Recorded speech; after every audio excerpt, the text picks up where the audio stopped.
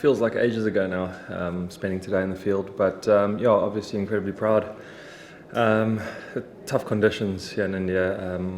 I mean, we've seen it throughout the series where the spinners have dominated, so it's nice to get in there with a couple of wickets for the seamers. The longer they bat, probably the happier we are, because less overs, well, more overs are taken out of the game. To be quite honest, I thought they probably would have had a crack at us tonight, maybe the last hour or so. But obviously not. They want to drag it out, and well, if that's the case, it's just going to take more overs out the game for us to bat in the end. I wouldn't say it was probably something that we discussed, but I mean, Morne has got a totally different length to what I bowl, so he probably learnt a bit from the first innings, bowling a slightly fuller length. But I think the Yorker was a bit of a spur of the moment thing, as you saw the reaction with JP. I think it was a plan. It was sort of out the box thinking, which sometimes you got to do in these situations when the pitch isn't helping you much. There's nothing much off the deck, it's only a little bit through the air, so you've got to make the most of what you got, and sometimes just take the pitch totally out of play, which he did. And he bowled exceptionally well, and you know what, I thought he bowled exceptionally well in the first innings. He was unlucky not to get a few there, but he's been standout for us this whole series, and he deserves every record he's got so far. It's a hard one because even though we had them 4 down, they still had a lead of probably about 260 at that stage, so I think if we maybe had rattled 1 or 2 more this morning, which I mean, we threw everything at them this morning. With all due respect, they batted incredibly well, and so I think we're also unlucky not to pick up a few.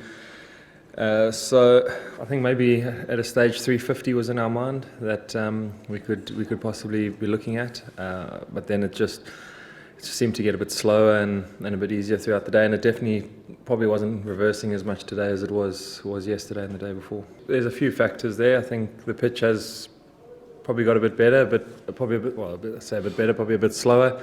Saw in the first morning there was quite a bit of bounce and carry from both ends, which is, I wouldn't say it's totally gone. There's still a few balls that are going through the top and carrying, but I think maybe also a bit of fatigue setting in from our side. We have been in the field now for quite a long time, so naturally you do fatigue a bit, and maybe we haven't been as tight as we have, and yeah, that also does play a bit of a factor over a long period of time.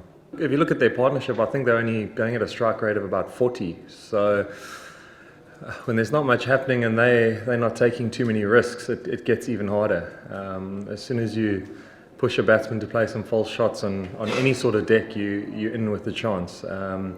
They played very much within themselves and sort of sheltered, I think, to say, if that's the right word.